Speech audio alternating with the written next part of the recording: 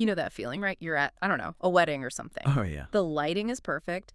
You pull out your phone, which, let's be honest, probably has a better camera than anyone else's there. Of course. And you take this, like, amazing video. Maybe it's the dog stealing a steak off the table, something perfect. And then the inevitable happens. Exactly. The music stops, and three people with iPhones stick their hands out and just yell, "Oh my God, AirDrop that to me right now." And you just freeze. I freeze. And I have to be the one to say, I can't. I'm on Android. And suddenly you are the problem in the room. I am the bottleneck. I am ruining the vibe. I have to go, okay, I can email it, but the file is too big. Or maybe I'll upload it to Drive and send a link. Or the worst one, I'll send it on WhatsApp and it just arrives looking like a pixelated potato. It's the classic green bubble shame, but for files. It really is. It's been the defining social friction of the last decade of mobile tech? You are literally standing outside this walled garden, just watching everyone else share perfect videos in like 3 seconds. Well, hold on to your hats, because according to our sources today, specifically, a breaking report from Android Police that just dropped yesterday, February 5th, 2026, that wall isn't just cracking. It sounds like somebody is driving a bulldozer right through it. This is massive. I mean, we are looking at official confirmation that AirDrop, the absolute holy grail of file sharing, is finally coming to the wider Android ecosystem. And just to be super clear for you listening, we aren't talking about a rumor. This isn't some, sketchy leak from a Twitter account with an anime profile pic. No, this is coming from the top. This is the real deal. The article we're looking at is by Mark Jansen, and I have to take a quick second here because I fell down a rabbit hole reading his bio. The guy has a BA in ancient and medieval history. Really? That's quite the pivot to tech writing. I know, right? He went from studying the fall of Rome to reporting on the fall of the walled garden. I love it.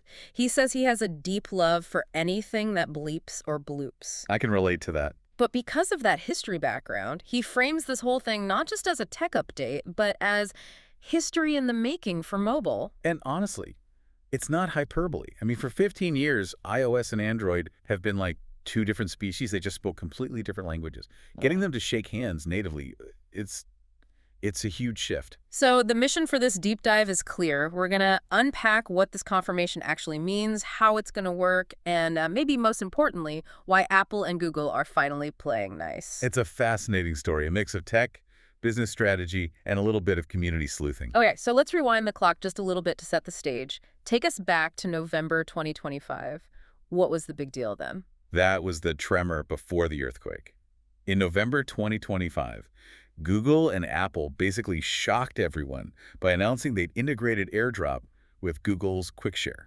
The Pixel 10 moment. I remember that so clearly. Right. For the first time ever, if you had Google's new flagship, the Pixel 10, you could open your share menu and an iPhone would just pop up. It was seamless.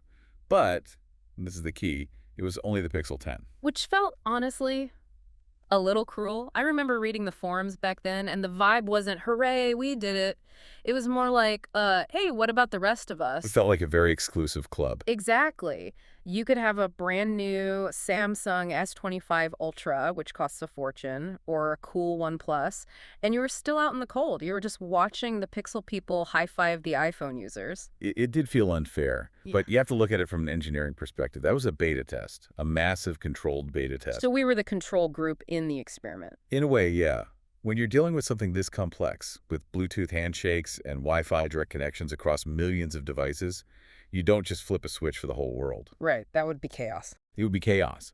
So by keeping it on the Pixel 10 hardware that Google controls completely, they could iron out the bugs, fix stability, and make sure that handshake with Apple was secure before unleashing it. So the Pixel 10 owners were the guinea pigs. Highly privileged guinea pigs, but yes. Well, the experiment is officially over. Let's get to the confirmation. This came out of a press briefing, and the man on the mic was Eric Kay, Android's vice president in engineering. So yeah, when he speaks on the record, this is as official as it gets. I want to read his exact quote because I feel like there's a detail in there people might skim over, but it's actually the most important part. He said, "We spent a lot of time and energy to make sure that we could build something that was compatible not only with iPhone, but iPads and MacBooks." Okay, can I stop you right there? Please do. That specific list of devices, that is the game changer. iPads and MacBooks. Why does that stand out to you so much? Because usually when companies talk about this stuff, they do the bare minimum. make the phones talk to the phone so people can share photos. But by calling out iPads and MacBooks, K is confirming full ecosystem interoperability. This isn't just social. This is for work. This is enterprise. Oh, that is a fantastic point. I mean, how many people do you know who work on a MacBook Pro but carry an Android phone? Millions. It's probably the most common power user combo out there. Yeah. You have creatives, developers. Hmm. They love their Mac hardware for work, but they prefer the customization of Android for their phone. And until now, that workflow has been a total nightmare. I can personally attest to that. I use a Mac for editing sometimes. Getting a file from my phone to that laptop usually means finding a cable or uploading it to the cloud and then downloading it again. It feels so archaic, like something from 2010. Exactly. And Eric K is basically saying that friction is gone. You'll be able to, sit in a coffee shop, take a photo on your Android, and just AirDrop it directly to your MacBook. It completely dissolves that hardware barrier. Yeah. It's an admission that people don't live in these mono-brand houses anymore. That is huge. So we know what is coming, but the million-dollar question, the one everyone is probably shouting right now, is when? What did he say? He said they're aiming to get an update out this year, so 2026. Okay. And he added, you should see some exciting announcements coming very soon. Now, in corporate speak, very soon usually means the code is ready, the deals are done, and they're just polishing the press release. And speaking of the code being ready, this brings us to the whole Sherlock Holmes part of this deep dive, the evidence. Because people knew this was coming, even before Eric K. said a word. The code sleuths. They're the unsung heroes of tech journalism, I swear. It's like software archaeology, so what did they find? Okay, so when the feature launched on the Pixel 10, developers immediately tore the software apart to see how it worked. And they noticed something really interesting. Google hadn't tied this deep into the Pixel exclusive firmware. Okay, break that down for me. I'm not a coder. Why is that important? Think of it like this. If a feature is baked into the firmware, it's like the foundation of a house. To change it or give it to someone else, you got to rebuild the whole foundation. Which would mean a huge system update from the manufacturer. Exactly. You'd have to wait for Samsung or Motorola to get around to it. We know how slow that can be. But Google didn't do that.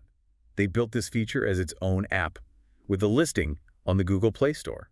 Ah, I get it. So it's like buying a new toaster. Instead of redoing the entire kitchen plumbing, you can just plug it in. That is the perfect analogy. By making it an app on the Play Store, Google can just push an update to any compatible phone instantly. They bypassed the manufacturers. That was the smoking gun. It proved they always intended this for everybody. That's brilliant. It completely sidesteps the fragmentation problem that's plagued Android forever. It democratizes the feature. And it wasn't just Google working in secret, right? The article mentioned some other big names were hinting at this. Right. Qualcomm and Nothing. Qualcomm, who makes the chips for basically everyone, and Nothing, the trendy phone brand. Both of them had separately said they were working on getting this function on their hardware. When you have the chip maker and a third-party phone company both prepping for it, this wasn't just some secret Google project. The whole industry was getting ready for this wall to come down. So the writing was literally on the wall, or I guess in the code. It really was. Okay, so that's the good news. AirDrop is coming. And here's where it gets really interesting. We have to look at the nuance. Because nothing in tech is ever that simple. There is always a catch. We dove into the reader comments on the Android Police article because honestly, that's where you find some of the smartest analysis. And I want to highlight a user named Daniel15. Ah, yes. Member since 2025. I saw that one.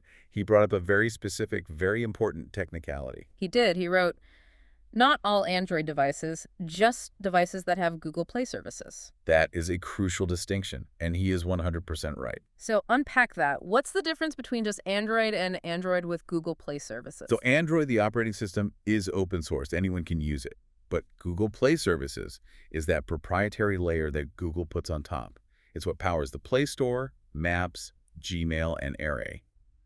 Most importantly, the background frameworks for stuff like QuickShare. So if I buy a standard Samsung or a Pixel here in the US, I'm totally fine. You're fine, but if you have a de-Googly phone, maybe you're a privacy advocate who flashed to custom ROM, or if you're in a market like China where Google services are banned. You're out of luck. Exactly.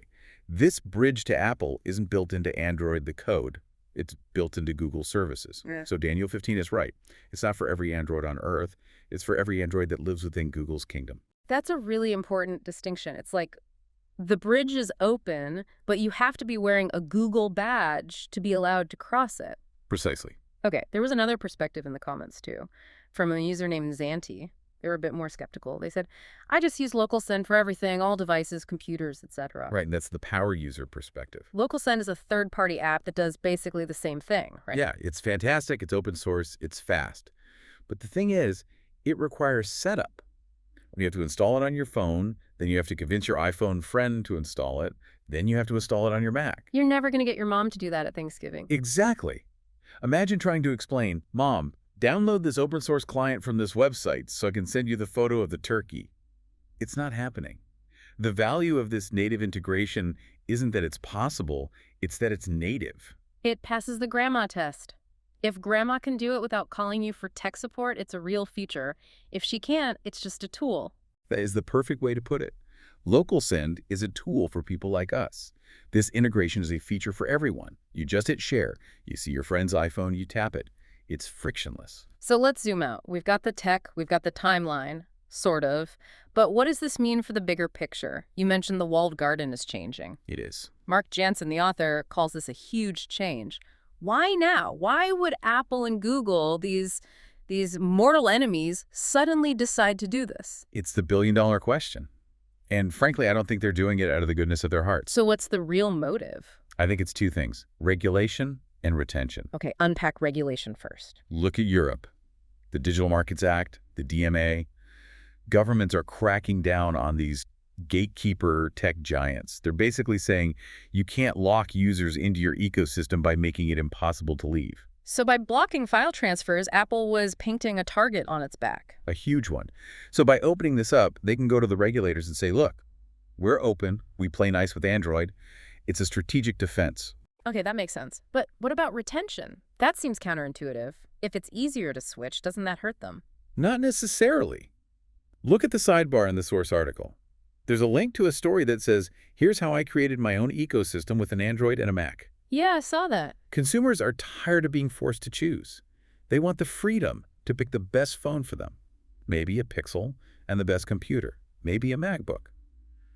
By allowing this connection, both Google and Apple are acknowledging the reality of the mixed hardware household. That is such a relief. My house is a total mess of tech. My partner has an iPhone, I'm on Android, there's an iPad floating around somewhere. Sharing photos of our kids, or as Mark Jansen hilariously put it, his small plastic men that cost far too much, has been a nightmare. Right. And this makes that mixed household totally viable. You don't have to commit 100% of your money to one brand just to move a file from A to B. It feels like a truce, a very convenient truce. It does. But we should just add one final note from the article. The waiting game. We have soon, we have this year. We do not have a specific date, so while the door is unlocking, we can't quite walk through it yet on our non-Pixel phones. So don't throw your USB cables away just yet. No, but the advice is simple. Just keep your Google Play services updated. Because this isn't coming as some massive Android 17 update. It's going to show up silently through an app update. One day you'll just hit share, and there it'll be. An iPhone. Like magic. Like magic. All right, so let's wrap this up. What are the key takeaways for you? First, it's official. Google VP Eric Kay confirmed it. It's coming to the wider Android ecosystem. Second, it's comprehensive iPhones, iPads, MacBooks, the whole deal. And third, the evidence shows this is a huge industry-wide rollout that's basically ready to go. And finally, just keep an eye on your Play Store updates. It's coming as an app, not a huge system overhaul. That's it. Before we sign off, I just want to leave you with one final thought. We talked about Daniel 15's comment, right?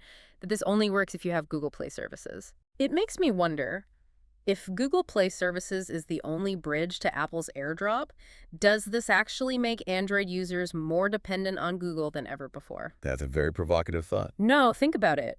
We're celebrating the wall coming down saying, finally, Android and iPhone are equal. But to get that equality, you are relying completely on Google's proprietary layer. If you want to talk to the cool kids on iPhone, you must use Google's tools. So you're suggesting we aren't really breaking down a wall? I'm suggesting we might just be walking out of Apple's walled garden and straight into Google's processing center. We're just trading one gatekeeper for another, all to send a picture of a dog.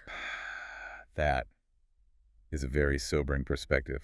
It definitely complicates the victory here, doesn't it? It sure does. But hey, at least the photo won't be blurry. Small victories. That's all we have for this deep dive. Keep an eye on your notifications and maybe, just maybe, start being nice to your iPhone friends. You'll be sharing files with them soon enough. Until next time. See ya.